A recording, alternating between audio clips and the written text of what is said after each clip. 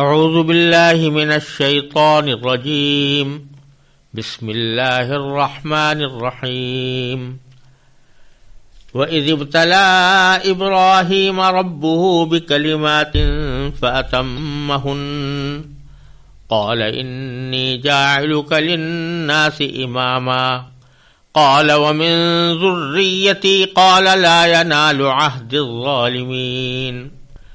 وَإِذْ جَعَلْنَا الْبَيْتَ مَثَابَةً لِلنَّاسِ وَأَمْنًا وَاتَّخِذُوا مِن مَّقَامِ إِبْرَاهِيمَ مُصَلًّى وَعَهِدْنَا إِلَىٰ إِبْرَاهِيمَ وَإِسْمَاعِيلَ أَن طَهِّرَا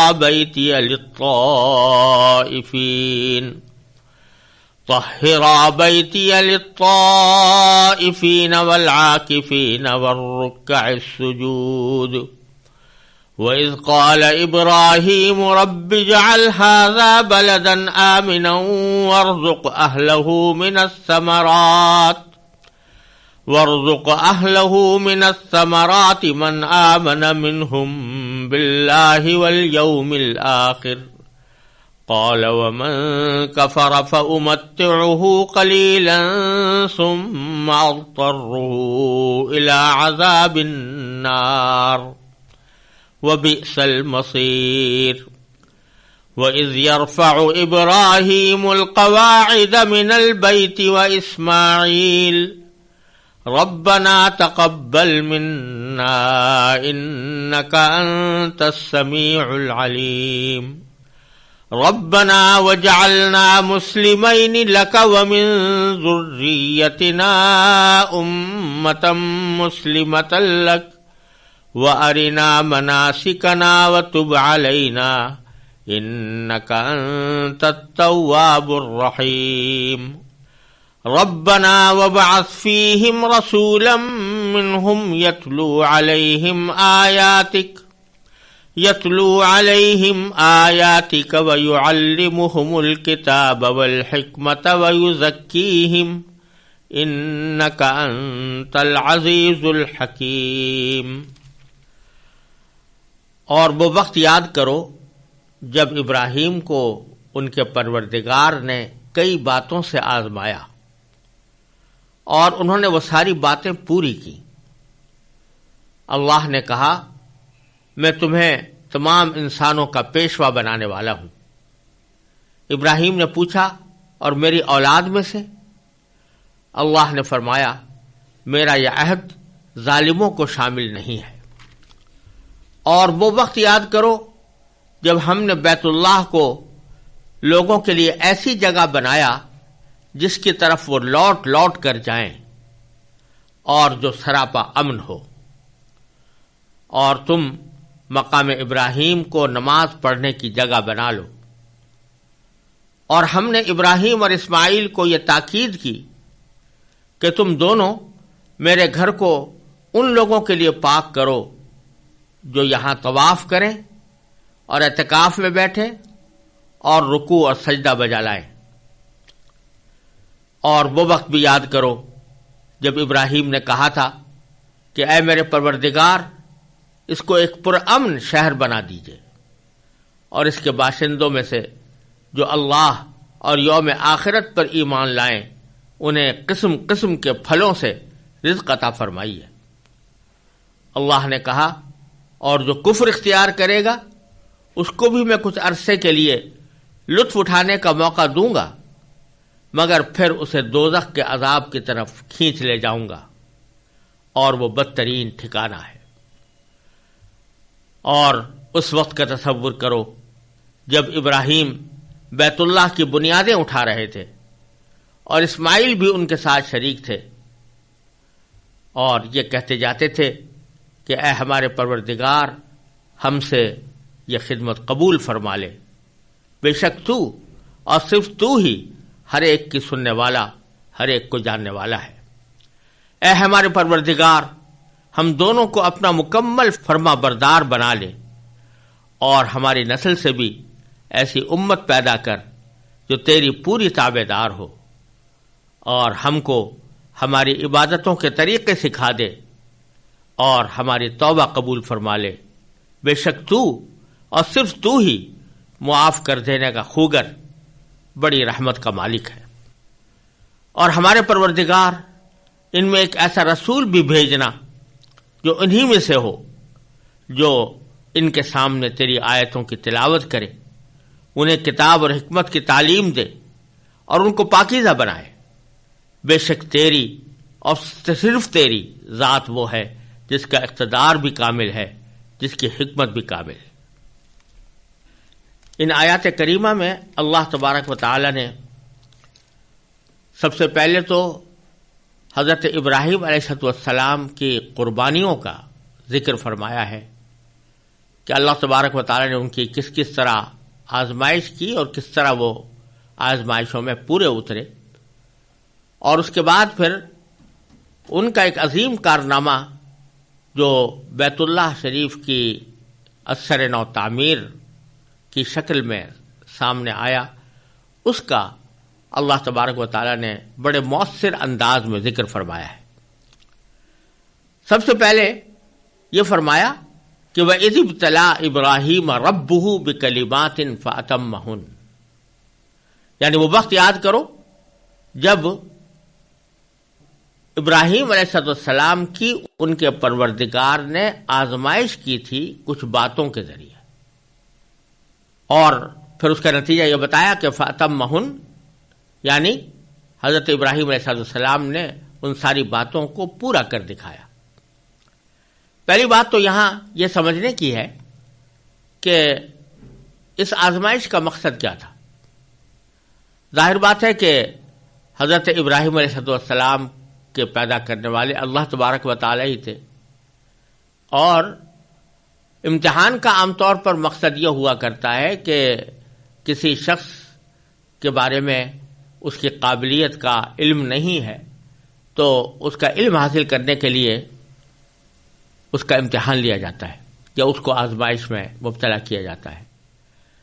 ظاہر ہے کہ حضرت ابراہیم علیہ السلام کے بارے میں اللہ تبارک و تعالیٰ کو پورا علم تھا، اللہ تبارک و تعالیٰ نے ہی ان کو پیغمبری کے لیے منتخب فرمایا تھا، پھر ان کی آزمائش کا مطلب کیا؟ تو اس سوال کا جواب خود اللہ تبارک و تعالیٰ نے اسی جملے میں یہ دیا ہے کہ آزمائش کرنے والا کون تھا؟ ربہ،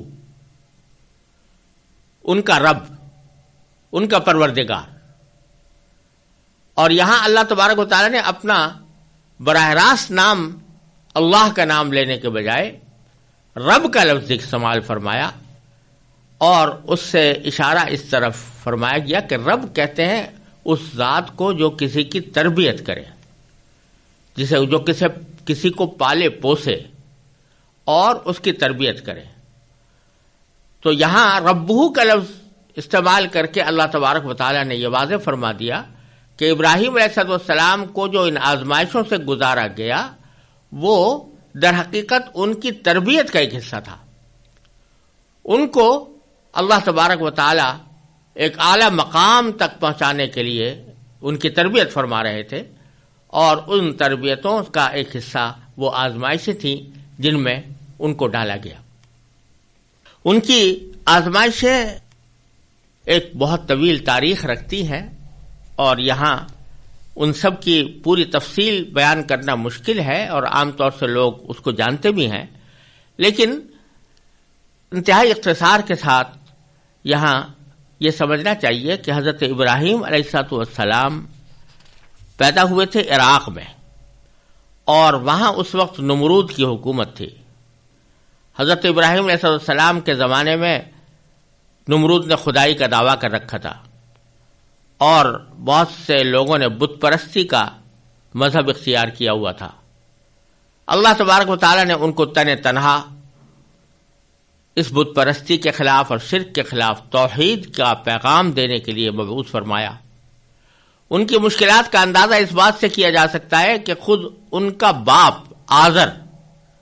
بہت بڑا بت تراش تھا اور بت بنایا کرتا تھا، اور بتوں کی پرستی کی دعوت بھی دیا کرتا تھا۔ جب انسان کا باپ ہی اس کا مخالف ہو گھر کے اندر، اور مخالف ہی نہیں بڑا دشمن، جس کی کچھ تفصیل اللہ تبارک و تعالیٰ نے قرآن کریم میں مختلف جگہوں پر بیان فرمائی ہے، تو اس شخص کی مشکلات کا اندازہ کیا جا سکتا ہے۔ پھر اللہ تبارک و تعالی نے حضرت ابراہیم علیہ السلام کو اس آزمائش سے بھی دوچار کیا کہ نمرود نے ان کو ان کی توحید کے پیغام کے جواب میں آگ میں ڈالنے کا حکم دیا، ان کو آگ میں باقاعدہ ڈالا گیا، لیکن اللہ تبارک و تعالی نے اس آگ کو حضرت ابراہیم علیہ السلام کے لیے ٹھنڈا کر دیا، سلامتی کا ذریعہ بنا دیا، اور حضرت ابراہیم علیہ السلام اس سے عافیت کے ساتھ باہر آ گئے۔ لیکن اپنی طرف سے انہوں نے اپنے آپ کو آگ میں ڈالنے کی آزمائش سے اپنے آپ کو ہچکچانے سے بھی باز رکھا اور بلا تأمل آگ میں کود گئے۔ اس کے بعد اللہ تبارک و تعالی نے ان کو وطن چھوڑ کر ملک شام کی طرف ہجرت کرنے کا حکم دیا، وہاں چلے گئے۔ ابھی کچھ عرصے وہاں ٹھہرے تھے کہ حکم ہوا کہ اپنی بیوی حضرت ہاجرہ اور ان کے بیٹے حضرت اسماعیل علیہ السلام کو لے کر شام سے مکے کی بے آب و گیاہ وادی میں، جہاں کوئی آبادی ہی نہیں تھی، جہاں کوئی پانی بھی نہیں تھا، کوئی سبزہ بھی نہیں تھا، وہاں لے جایا گیا، اور وہاں جا کر اللہ تعالیٰ کا حکم ہوا کہ ان کو اس بے آب و گیاہ صحرا میں تنہا چھوڑ دو اور خود واپس چلے آؤ۔ چنانچہ حضرت ابراہیم علیہ السلام اسی حالت میں اس بے آب و گیاہ صحرا میں اپنی بیوی اور بچے کو چھوڑ کر چلے آئے۔ اللہ تبارک و تعالی نے ان کی پرورش کا اور ان کے رزق کا انتظام فرمایا، زمزم کا کنواں جاری ہوا۔ پھر اس کے بعد جب حضرت ہاجرہ کے گود میں بچہ پرورش پاتا رہا اور چلنے پھرنے کے قابل ہو گیا تو حکم ہوا کہ اس کو ذبح کر دو۔ حضرت ابراہیم علیہ السلام اس کے لیے بھی تیار ہو گئے، جس کی تفصیل انشاءاللہ سورہ صافات میں آئے گی۔ تو یہ ساری آزمائشیں تھیں اور سارے امتحانات تھے جو تربیت کے لیے حضرت ابراہیم علیہ السلام کے لیے اللہ تعالی نے مقرر فرمائے تھے، اور انہی سب کا ذکر اجمالی طور پر اللہ تعالی نے یہاں پر فرمایا کہ وَإِذِ ابْتَلَىٰ إِبْرَاهِيمَ رَبُّهُ بِكَلِمَاتٍ، جبکہ ابراہیم کی اللہ نے، ان کے پروردگار نے آزمائش کی تھی کچھ باتوں سے۔ اس باتوں میں یہ ساری باتیں آ گئیں جن کا کچھ خلاصہ میں نے عرض کیا۔ پھر اس کا انجام مختصر لفظوں میں یہ بیان فرمایا فَأَتَمَّهُنَّ، یعنی ابراہیم علیہ السلام نے ان ساری باتوں کو پورا کر کے دکھایا، یعنی جو جو کام ان کے سپرد کیا گیا تھا وہ انہوں نے پورا کیا، جو قربانی ان سے مانگی گئی تھی وہ پورے طور پر انہوں نے دی، جس آزمائش میں ان کو ڈالا گیا تھا اس آزمائش پر پورے اترے۔ یہ ایک لفظ میں اللہ تبارک و تعالیٰ نے ان کے عظیم مقام کا اظہار فرما دیا کہ ہم نے ان کو طرح طرح سے آزمائشوں میں مبتلا کیا، لیکن ان سب میں وہ پورے اترے، انہوں نے ان سب کو پورا کر دیا۔ جب یہ پورا کر دیا تو اس کے بعد اللہ تبارک و تعالی نے ان کو انعام کے طور پر یہ فرمایا کہ قال انی جاعلک للناس اماما، یعنی یہ فرمایا کہ میں تمہیں تمام انسانوں کا پیشوا بنانے والا ہوں، تمام انسانوں کا امام بنانے والا ہوں۔ امام کے معنی عربی زبان میں پیشوا کے آتے ہیں، یعنی وہ شخص کہ جو سب کا سردار ہو اور سب لوگوں کو اس بات کا حکم دیا گیا ہو کہ اس کے احکام کی تعمیل کریں، اس کو امام کہتے ہیں۔ چنانچہ امام کا ایک محدود مفہوم تو یہ ہے، جیسا کہ مسجدوں میں ہوتا ہے کہ جب نماز جماعت ادا کی جاتی ہے تو جو شخص نماز پڑھاتا ہے وہ امام کہلاتا ہے، اس لیے کہ سارے مقتدی اسی کی اقتداء میں نماز ادا کرتے ہیں، اور جو کچھ بھی امام کر رہا ہوتا ہے مقتدی بھی وہی کام انجام دیتے ہیں۔ وہ کھڑا ہوتا ہے تو مقتدی بھی کھڑے ہوتے ہیں، وہ رکوع میں جاتا ہے تو مقتدی بھی رکوع میں جاتے ہیں، وہ سجدے میں جاتا ہے تو مقتدی بھی سجدے میں جاتے ہیں، اس لیے اس کو امام کہا جاتا ہے۔ اور امام کا لفظ شریعت میں اور فقہ میں کسی اسلامی ریاست کے امیر کے لیے بھی بولا جاتا ہے کہ وہ سربراہ ہے کسی ملک کا یا کسی اسلامی ریاست کا تو اس کو بھی امام کہا جاتا ہے. اور تیسرا معنی اس کا یہ ہے کہ جو دوسروں کی رہنمائی کرے اور دوسروں کو دین کی باتیں سکھائے اور دین کی باتوں کی تعلیم دے، اس کو امام کہتے ہیں. جیسے کہ ہم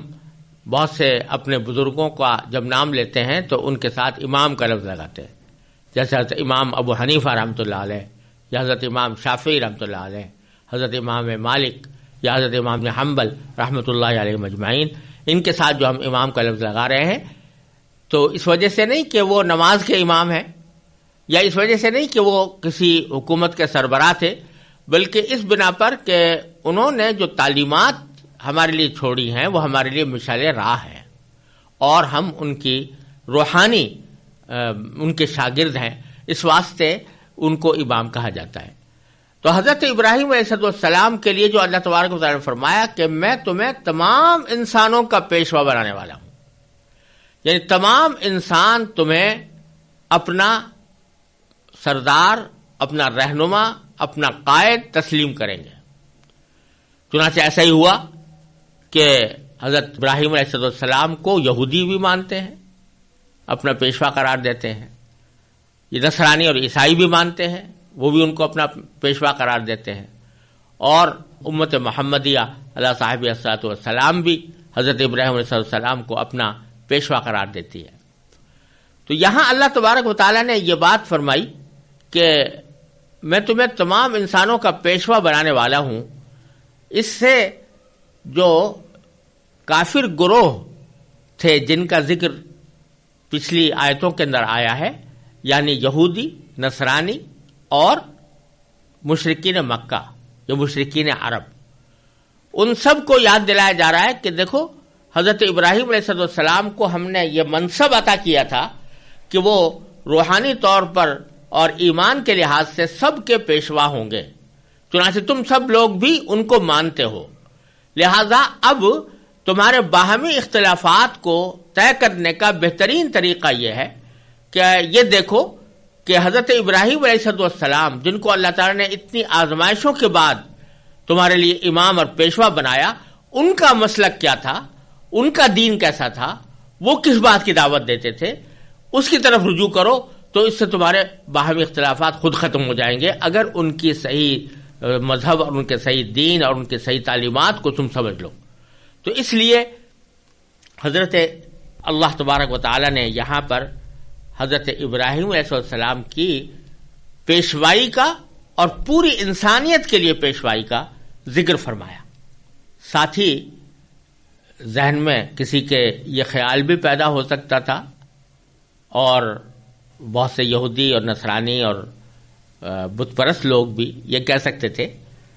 کہ بھئی حضرت ابراہیم علیہ السلام کے بعد جو لوگ آئے وہ بھی حضرت ابراہیم علیہ السلام کی اولاد تھے اور اپنے آپ کو حضرت ابراہیم علیہ السلام کی امت میں سے سمجھتے تھے اور ان کے دین کو اپنا دین قرار دیتے تھے، لیکن ان کی باتیں تو ہم سے ملتی جلتی تھیں. یعنی جیسے یہودی بھی کہتے تھے کہ یہودیوں میں بہت سے لوگ وہ تھے کہ جو ابراہیم علیہ السلام کو مانتے تو تھے، لیکن حضرت ابراہیم علیہ السلام کی مذہب اور ان کی تعلیمات کی تشریح اس طرح کرتے تھے کہ جس میں بت پرستی بھی داخل ہو جاتی تھی، اور جس میں بعض اوقات اللہ کا کسی کو بیٹا قرار دینے کی بات بھی داخل ہو جاتی تھی. اور اسی طرح مشرکین مکہ جو ہیں وہ ابراہیم علیہ السلام کو مانتے تو تھے، لیکن ابراہیم علیہ السلام کی تصویریں بنا کر کعبے کے اندر رکھی ہوئی تھیں اور اس کی پوجا کرتے تھے. تو یہ سب لوگ بھی تو ابراہیم علیہ السلام کے پیروکار تھے، تو پھر کیوں نہ ہم ان کی ذریت اور ان کی اولاد کی پیروی کریں جنہوں نے یہ طریقے اختیار کیے تھے. تو اللہ تبارک و تعالیٰ نے فوراً اس کے بعد فرمایا کہ جب میں نے حضرت ابراہیم علیہ السلام کو یہ کہا کہ میں تمہیں ساری انسانیت کا پیشوا اور امام بنانے والا ہوں یا بنا رہا ہوں، تو اسی وقت حضرت ابراہیم علیہ السلام نے پوچھا تھا کہ قال ومن ذریتی، یعنی پوچھا حضرت ابراہیم علیہ السلام نے کہ اور میری اولاد میں سے، یعنی آپ نے مجھے تو امام بنایا لیکن کیا میری اولاد میں سے جو لوگ آئیں گے وہ بھی انسانیت کی رہنمائی کریں گے؟ اور وہ بھی اسی طرح امام بنیں گے جیسا کہ آپ نے مجھے بنایا ہے. تو اللہ تعالیٰ نے جواب میں فرمایا لا ینال عہد الظالمین، کہ میرا یہ عہد ظالموں کو شامل نہیں ہے. یعنی محض اس بنا پر کہ کچھ لوگ تمہاری ذریت میں سے ہیں، یہ تمہاری اولاد میں سے ہیں، یہ تمہارے خاندان سے تعلق رکھتے ہیں، محض اس بنا پر ان کو امامت کا منصب نہیں دیا جائے گا. ان میں سے جو لوگ ظالم ہوں گے، ظالم ہونے کے معنی یہ کہ جو اللہ تبارک و تعالیٰ کے حقوق ادا نہ کرے یا بندوں کے حقوق ادا نہ کریں. ظلم اسی کو کہتے ہیں کہ کسی کی حق تلفی کی جائے. تو اللہ تعالیٰ کی سب سے بڑی حق تلفی یہ ہے کہ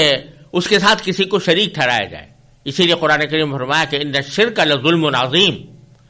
کہ شرک سب سے بڑا ظلم ہے. تو جو لوگ مشرک ہو جائیں گے یا کسی اور طرح ظالم ہوں گے، ان کو یہ امامت کا منصب نہیں دیا جا سکتا، اور اس امامت کے منصب کے وہ اہل بھی نہیں ہوں گے. لہذا اگر پیروی کرنی ہے تو براہ راست ابراہیم علیہ السلام کی پیروی کرنی ہوگی. ان کی اولاد میں جو لوگ گمراہ ہو گئے، ان کی اولاد میں جن لوگوں نے ابراہیم علیہ السلام کا اصل مذہب چھوڑ دیا، تو ان لوگوں کی پیروی نہیں کرنی، کیونکہ ہم نے پہلے ہی کہہ دیا تھا کہ یہ میرا عہد ظالموں کو شامل نہیں ہے. یہ تو اس آیت کا سیاق و سباق کے پس منظر میں اس کا مطلب ہے.